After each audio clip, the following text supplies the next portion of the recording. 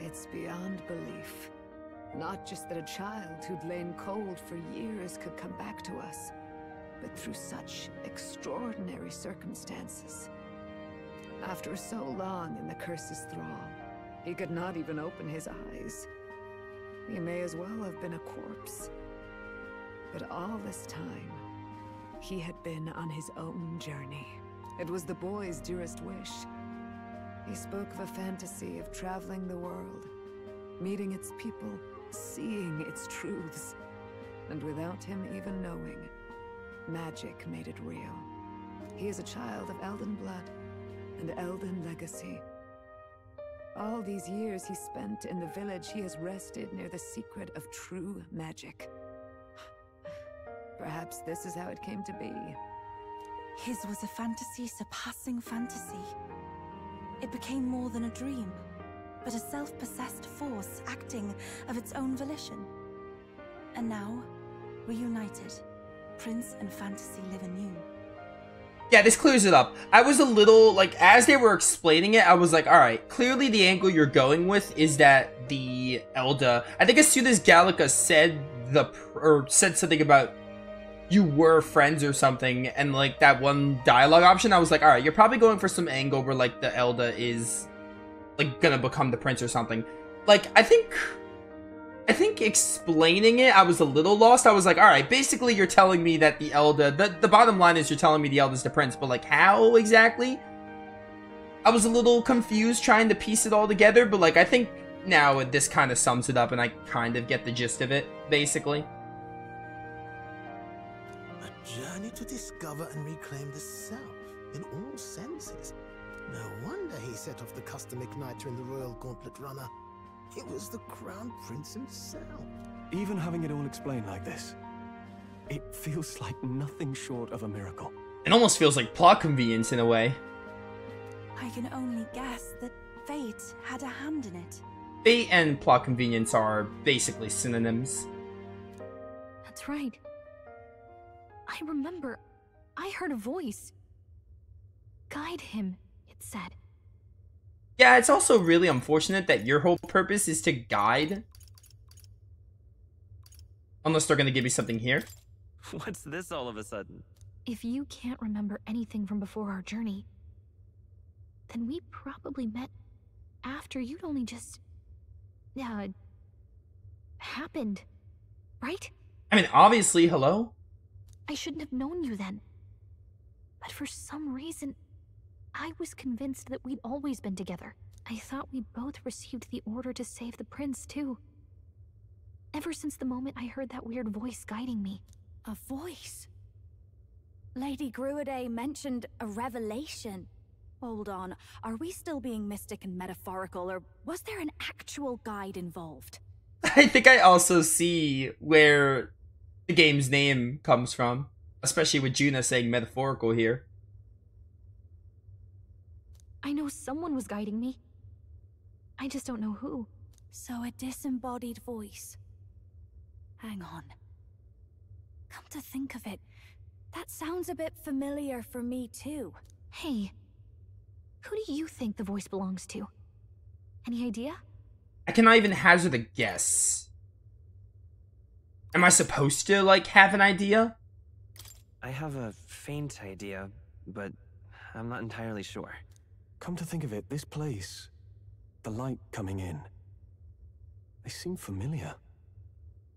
I might say the same. When I first acquired this power, I had a vision of somewhere not unlike these grounds. Does this mean that we've been guided as well? Perhaps someone has been at your side unseen, watching over the course of your journey.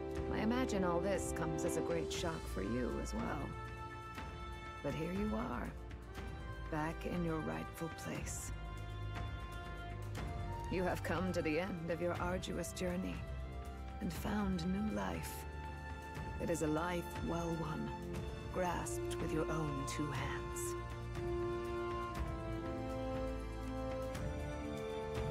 Chiefess Gruaday, we want to know everything. What is the truth behind your tribe, the Elda? We Mustari are also said to have inherited truths of the world before us.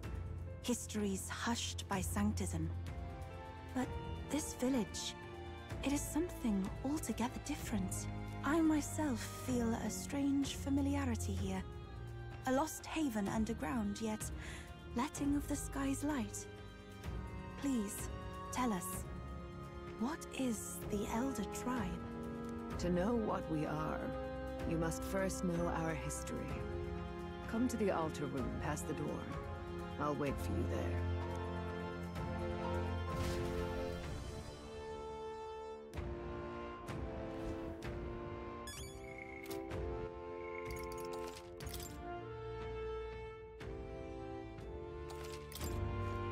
I don't know, I think I thought I was gonna hate this, but I think I'm just okay with it.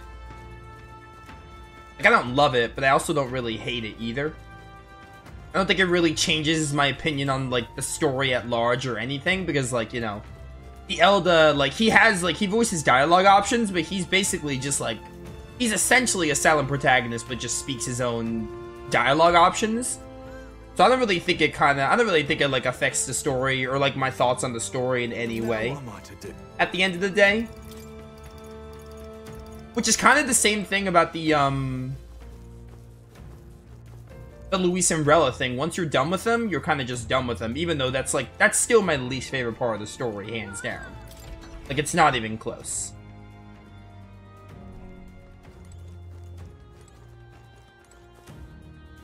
Hello.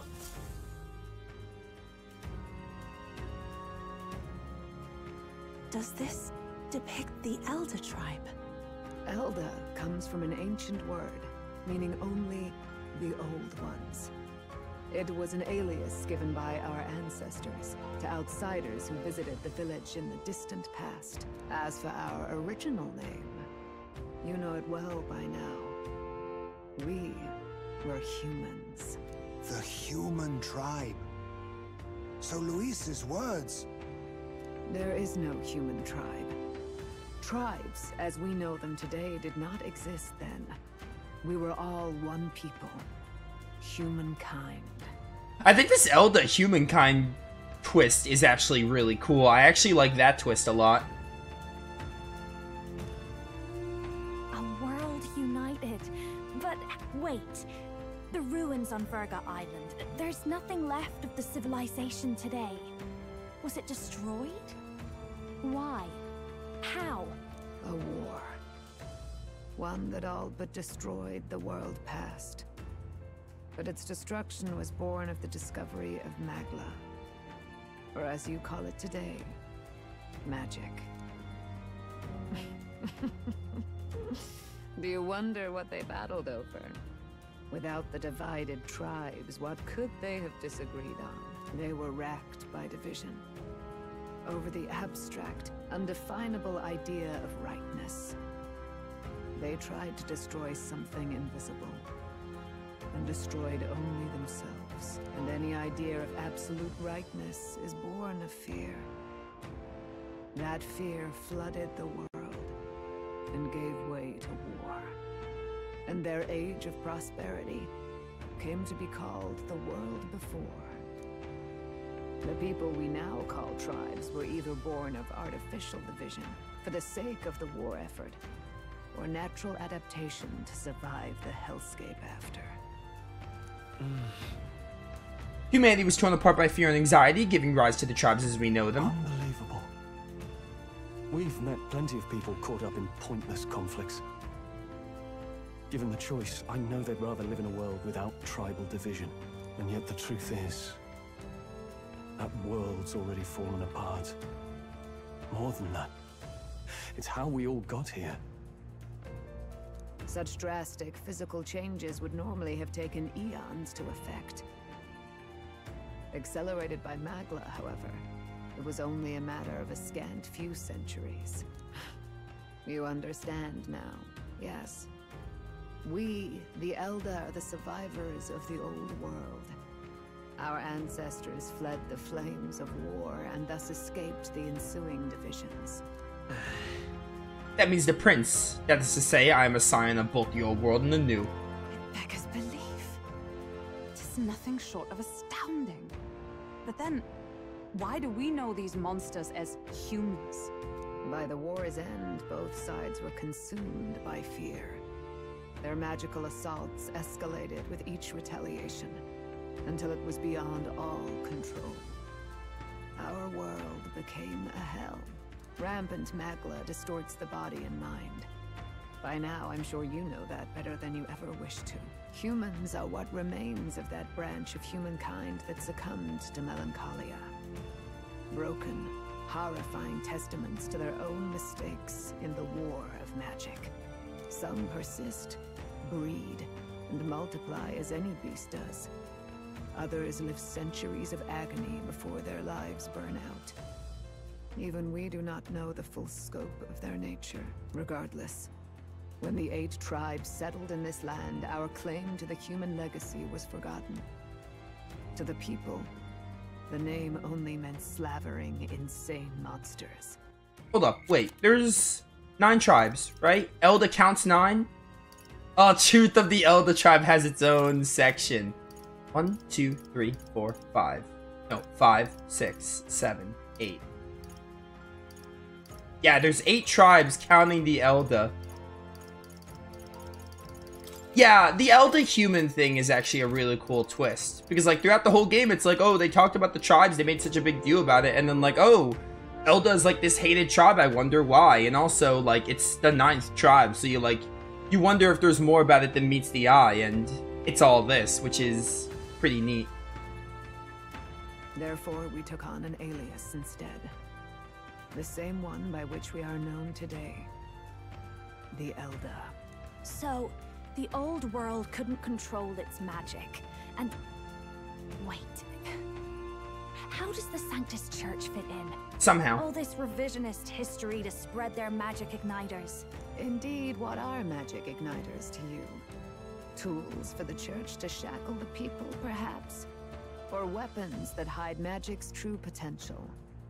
Am I close to the mark? In truth, it's the opposite. Igniters are tools made to limit magic. Restraints made in self-discipline, meant to avert a repeat of history's destructive mistakes. Makes sense. The Sanctus Church of today is muddied by greed, but its faith was born of good intentions. They once urged self-control, and thus control of one's personal magic.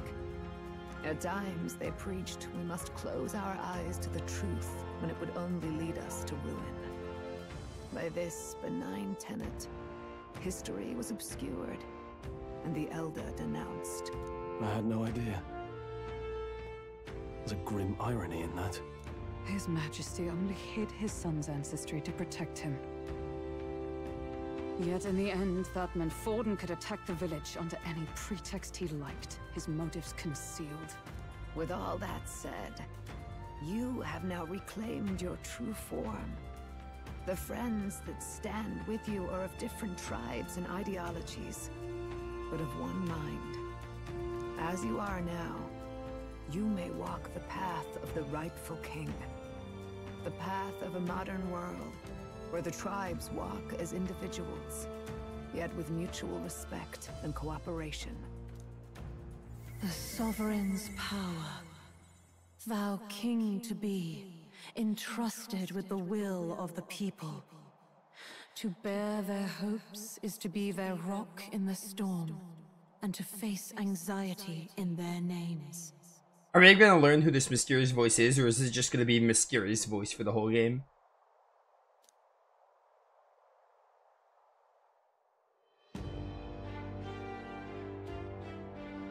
This might answer my question, maybe?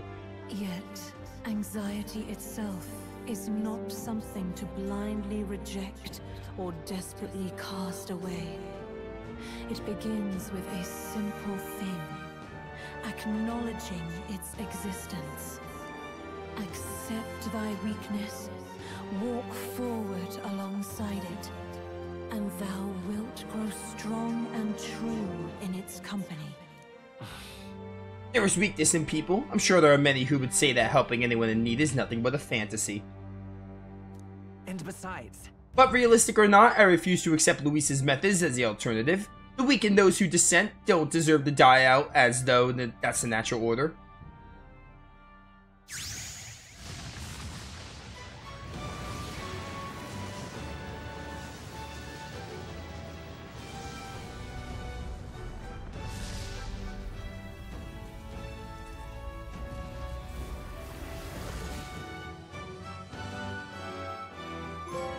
What the heck? Studied the Prince archetype. There's a whole new archetype? Let's do it. Let's do it.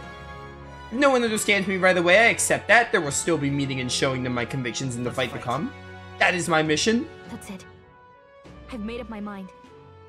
I'm with you to the end. Where's this coming from? There's a whole... I was not expecting a whole new archetype. Before we got there, this guiding voice thing told me my duties were over. But what am I gonna do? Just go, okay, bye? Especially after we've come this far together? No.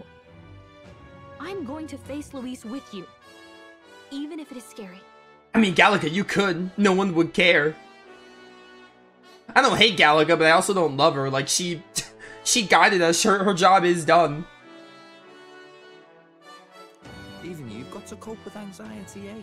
I realized something in our travels. Anxiety can lead people astray. But overcoming it makes a person stronger.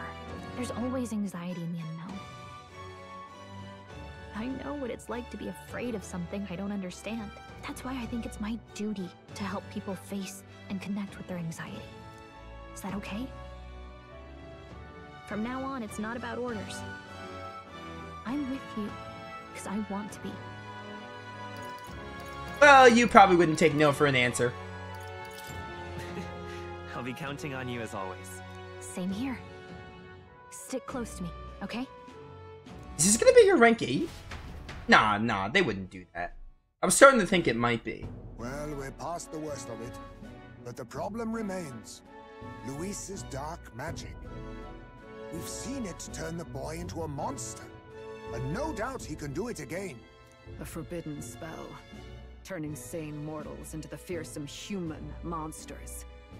In other words, a destabilizing magic, turning a person's magla into a snarl beyond control.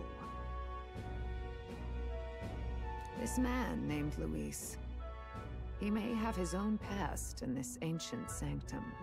Luis has been here? What do you know of him? What do you wish to know? Who exactly is Luis? Every time I heard of his doings in the wider world, I felt more and more sure that Luis is from this village. What? His knowledge of humans, his skills in magic, his grasp of darker arts. They're all beyond a mere soldier to begin with, however prodigious. As it happens, a name does occur. Among those old families who perished in the fire, there was one by the name of Caradrius, a family of doctors, I believe. In an effort to better heal the ills of the people, they had studied spells much like the ones he now exploits. The details are long since lost to the fire. But if Luis bears our legacy, that may be the reason for his vast knowledge. Wait. What about Luis's ambition? The vision Rella saw? Do you think he actually wants to turn everyone in the kingdom into humans? There is no known magic strong enough to turn many people at once, and none that can be cast quickly. Even if it was possible, I don't know what it would accomplish. But this is Luis we're talking about. Who knows what he's thinking? What do you wish to know? What is this forbidden spell? The essence of magic is in the control of Magla. However, just as its chaos may be calmed, it can also be deliberately pushed out of control. That was what you saw. He whipped your innate magic to a frenzy and you were lost to melancholia. Just as the humans of the ancient war once were. In every age, the cause and effect are the same. People learn fear, become slaves to their anxiety, suffer And thus, the power of magic is born. Pardon me. You mean to say anxiety is the source of all magic? Magla is a substance born of the heart, generated when one feels anxiety or fear. By certain means, it may be kindled into power. That is what we call magic. In this way, it is by virtue of the anxiety in our hearts that we gain the power to overcome it. Magic is a natural process, and anxiety is its invaluable, irreducible fuel. But in turn, those burdened with more anxiety and fear produce more and more Magla from their hearts.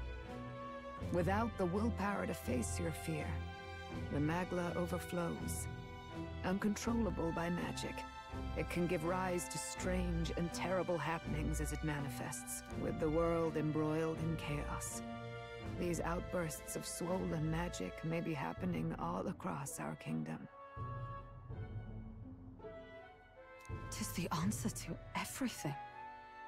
The melancholia crystals, the beasts driven feral. The very land is erupting with the weight of its people's fears. Hold on. If Luis's art is rooted in bringing out this chaos, then anyone might be next. He said he became a monster because he's Elda, but that wasn't the complete story. If what you say is true... Indeed. All people today are ultimately descendants of humankind. If Luis so chooses, he could turn anyone into a human monster. Yet as long as you have the strength to confront your fears, even this transformation may be defied and overcome. But if he would turn people into humans, if in the unlikely event that happens... If there is any motive for such cruelty, it can only be hatred. If Luis is truly from this village, then their fire would have cost him everything. Such unjust tragedy could easily beget a thirst for revenge, even if it meant wielding a magic that twisted life into something terrible, instead of uplifting it. Indeed, it seems the opposite of an archetype. A truly dark power. Who goes there? Someone flees! Zorba? That's him. The malformed assassin who struck at the prince. He's bound for the woods. After him! Nurse running.